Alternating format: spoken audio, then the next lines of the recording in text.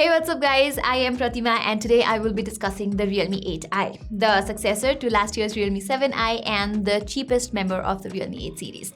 With a starting price of 14,000 rupees in India and some 24,000 rupees here in Nepal, what does the Realme 8i bring to the table and how does it fare against the competition like Redmi 10 Prime? Allow me to discuss that in this video. Okay, as usual, starting with the design, it's pretty much what we are used to seeing on a lower mid-range smartphone from Realme, an all-plastic build and a reflective finish on the back. Despite the plastic build, the phone does look very good, but sadly it is prone to fingerprints and smudges. So I recommend using the TPU case that comes inside the box. Anyway, weighing 194 grams, the 8i is fairly light and comfortable on the hands. The build quality is nothing to complain about either, no creaks or anything of that sort as we used to encounter in cheaper Realme devices earlier. The side-mounted fingerprint sensor rests on the right frame that works effectively in most situations, although it did struggle to recognize my fingerprints with sweaty hands. But one thing that is sort of weird with this device is Realme has not included a secondary microphone here.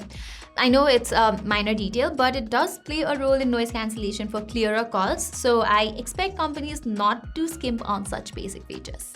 Anyway, for audio, there's a headphone jack and a single speaker grill down below. As expected, the audio quality is good enough for watching movies and videos, although it is nothing that will blow your mind. It is loud with noticeable highs and subdued bass. In comparison, the stereo speakers on the Redmi Note 10s sound slightly better. Moving on, there's a 6.6 inches Full HD IPS screen up front, which is a healthy upgrade over the Realme 7i that had an HD display. With this, you can expect a good, if not the best viewing experience on the Realme 8i. Plus, the refresh rate has also been bumped to 120Hz this time. As a result, scrolling through apps or my Twitter feed felt smooth and I had no trouble navigating through the phone's UI. Also, this display self-adapts the refresh rate between 30Hz to 120Hz based on the tasks on the screen, which helps prevent battery drain. But do note that the color reproduction on this phone is not as vibrant and contrasty as the Redmi Note 10s that features an AMOLED screen. So again, it's the classic trade-off that you have to make between a 60Hz AMOLED and a 120Hz IPS LCD screen. Apart from that, the panel can get plenty bright indoors, although the colors look slightly dull under direct sunlight. Likewise, as expected from a phone at this price range, you get Wide1L1 certification and thus it supports full HD streaming on OTT platforms like Netflix. Now, powering the phone is MediaTek's Helio G96 chipset coupled with up to 6GB of LPDDR4X RAM and up to 128GB of UFS 2.1 storage. The phone is also headlined for virtual RAM expansion up to 5GB. However, the 464GB configuration of the Realme 8i that I have with me does not enjoy this feature.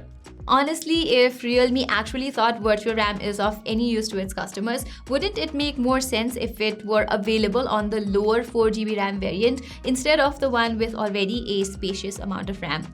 So this virtual RAM thing, in my opinion, is pretty ridiculous marketing gimmick of 2021. Okay, now although the 12nm based Helio G96 technically sounds like the successor to the Helio G95, it is in fact an inferior one. It works admirably similar in terms of CPU performance, however the G96 is slightly inferior on the GPU side. Even so, the phone has easily handled my daily usage and thanks to the 120Hz refresh rate, navigating through the UI is a breeze too. Plus, the Realme UI 2.0 is well optimized as well. In terms of gaming, it runs PUBG Mobile without any stutters in HD graphics and high frame rates. But for the smoothest of experience with very little heating, smooth graphics and ultra frame rates yields better results. Similarly, Pokemon Unite, which offers 60 FPS gameplay, is indeed playable at 60 FPS and is quite optimized. I didn't face any heating issues either, yet it does get slightly warm around the camera module. Okay, now it's turn to talk about the camera performance, which is actually a downgrade over its predecessor. The Realme 8i features a 50 megapixel triple camera setup that misses out on an ultra wide angle lens. On the front, you get a 16 megapixel shooter for selfies. Normal images from the 50 megapixel Sony sensor look pretty nice. They feature a balanced color tone and good dynamic range, thereby looking pleasing to the eyes. However, sometimes the shadows lack details and the images have a slightly warm tone to them. Like with other Realme phones, you can also notice a definite color pop here. Portrait images, on the other hand, are okay. Subjects are not the most natural and they are a little smoothened, but in good lighting, you can get some usable shots. The edge detection is not proper though, and the phone oversaturates the greens too. Likewise, selfies don't come out that great. They appear over-sharpened with a subtle red tint on the subject's skin. The nighttime images, just like from any other lower mid-range phones, lacks details and the photos come off murky. Turning on night mode adjusts the exposure and brings better details and improves the image quality by quite a bit. And then here are some samples from the gimmicky macro lens whose performance is below average. Alright, on to the video side of things. The Realme 8i can record only at up to 1080p 30fps resolution. The videos come out quite shaky natively. It has an ultra steady setting too, but even with it turned on, you won't see that big of a difference, and it also suffers from exposure flicker at times. Overall, the cameras on the Realme 8i are quite average.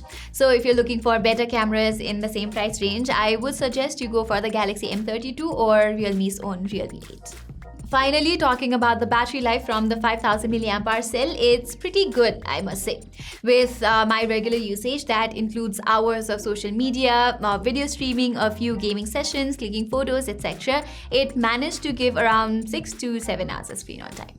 However, charging this phone with its 18-watt fast charger is quite a drag. It takes around 2 hours and 30 minutes to fully juice up the battery, so I think Realme should have offered 30-watt charging support here, just like the Narzo 30 that launched for a similar price. To wrap up this review, I'd say the Realme 8i is a pretty decent budget phone. It performs admirably in all areas, and the fact that it brings a whole lot of improvements over its predecessor is a commendable effort by the company. However, if you are someone who's into a lot of content consumption, I would suggest you go for the Redmi 10S or add some money and get the Realme 8 that comes with an AMOLED screen. Similarly, as mentioned in the review already, cameras are not the strong suit of this device, for which the Galaxy M32 would be an ideal choice in a similar price range. So there you have it, guys, our full review of the Realme 8i. Do give this video a thumbs up if you liked it, and subscription to the channel would be great. Don't forget to hit the notifications icon to never miss an update. Till then, I'm Pratima and I'll see you in my next video.